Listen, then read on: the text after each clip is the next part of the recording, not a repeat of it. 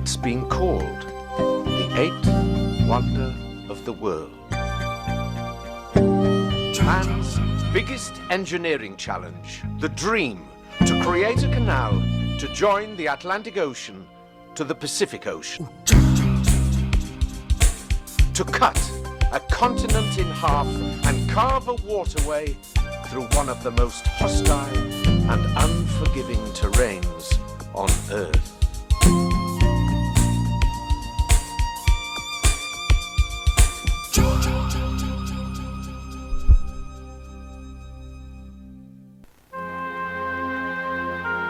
Everyone said it just cannot be done.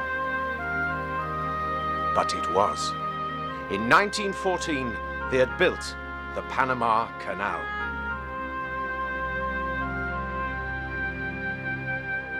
A distance of 51 miles. The normal transit time through the canal is 10 to 12 hours. From its Atlantic entrance through a 7-mile dredged channel in Limon Bay. The canal then proceeds to the Gatun Locks.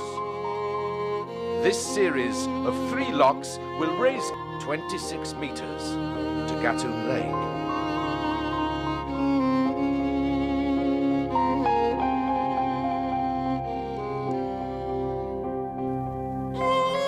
It continues south through a channel in Gatun Lake for 32 miles to Gamboa.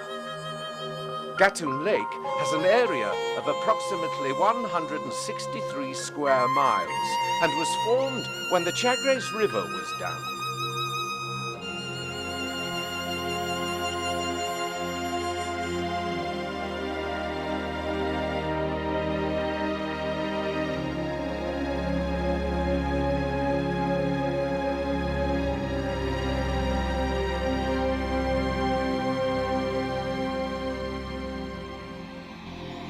The channel through Culebra Cut is 8 miles long and 150 meters wide.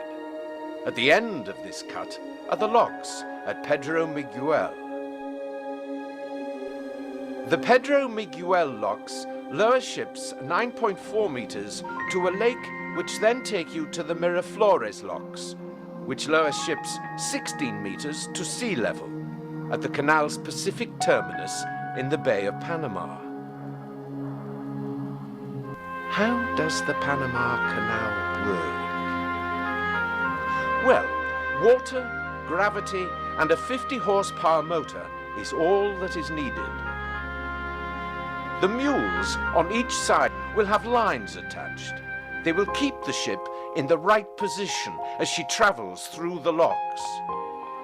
As you can see, we only just clear the sides. There are some 98 mules on the canal. The latest locomotives cost over $2 million and weigh 50 tons. The process of lowering and raising the vessels that traverse the canal is simple. Giant culverts allow the water from the lake to fill the chamber. The ship then simply floats up to the new level. Lower the ship, gravity just flushes the water out again. The incredibly high rainfall in Panama means that there is always enough to replenish the 52 million gallons that is used each time a vessel passes through.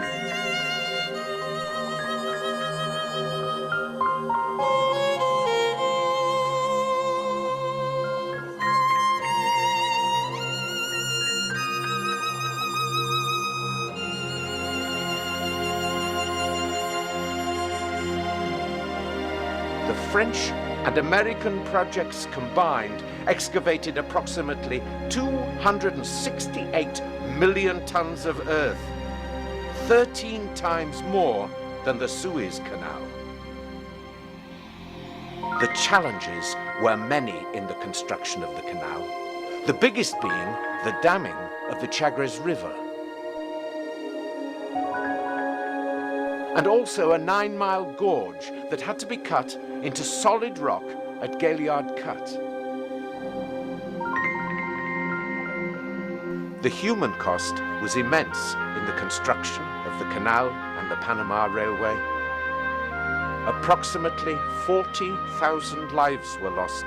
The smaller price to pay was financial. Estimates of over $387 million were spent by the French and Americans. During its construction, it employed 85,000 workers from countries all over the world. The cost to transit the canal for the larger cruise ships is over $200,000. The lowest charge was 38 cents, paid by Richard Halliburton, who swam the canal in 1928.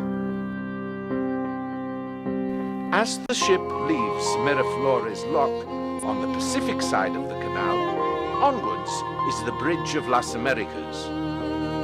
Built in 1962, some 5,425 feet long, it is 384 feet above Panama Bay and links the east and west side of the canal. It also links the Pan American Highway. Panama City, the capital, lies in the distance. The skyscrapers and high rises dominating the skyline.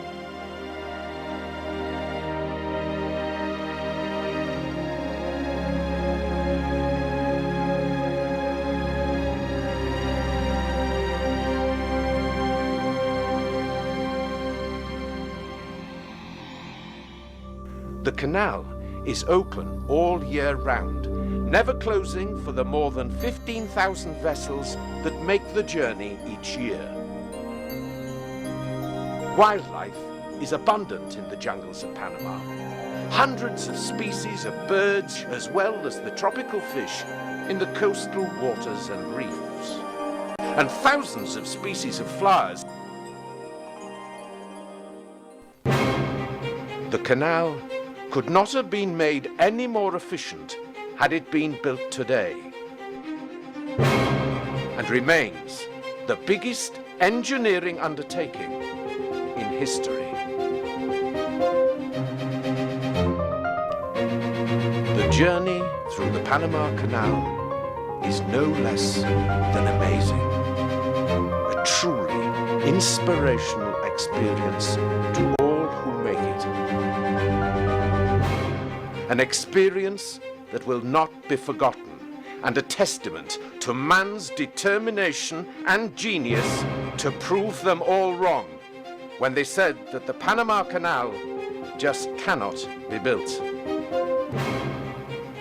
Their motto is a tribute to the Panama Canal achievement.